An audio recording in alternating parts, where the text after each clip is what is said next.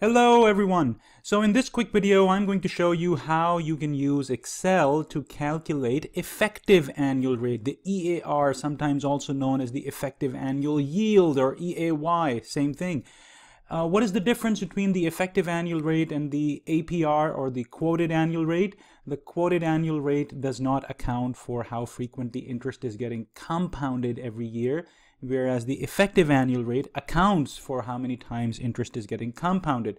And so let me take you to an example very quickly. Let's suppose that your bank quotes an APR of 12% and it's compounded monthly. So interest is getting compounded every month. The question is, what is the effective annual rate? Now, you have seen in lectures before that the formula for calculating the effective annual rate is this.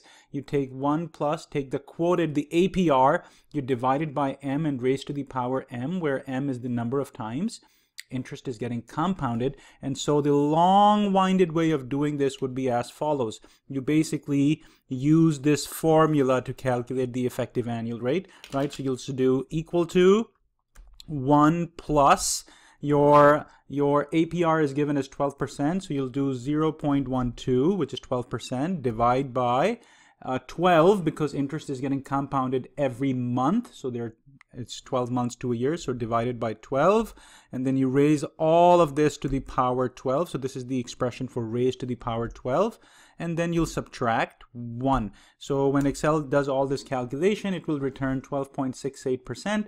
You may see 0.1268 or 0.12, so I've formatted this cell to reflect this number as a percentage, right? So this you can do on your own. Now, it turns out that instead of doing this long-winded thing, you could have done something which is much more simple. Turns out that if you actually do equal to and then write effect, well, what do you know? Effect is basically short for effective annual rate. So look, it tells you it returns the effective annual interest rate. And so when you open up the parentheses, all Excel will ask you, hey buddy, just tell me the nominal rate. That's Excel's language for what is the APR. Hey, we know that. That's 12%, so 0.12.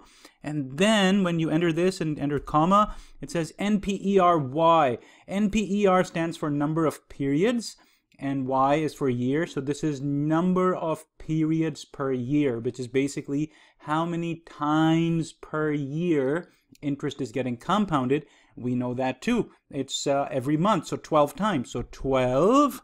And bada bing, bada boom, 12.68%, as simple as that. So if you want to calculate the effective annual rate using Excel, all you have to do is use the formula, which basically makes use of this effect formula in Excel.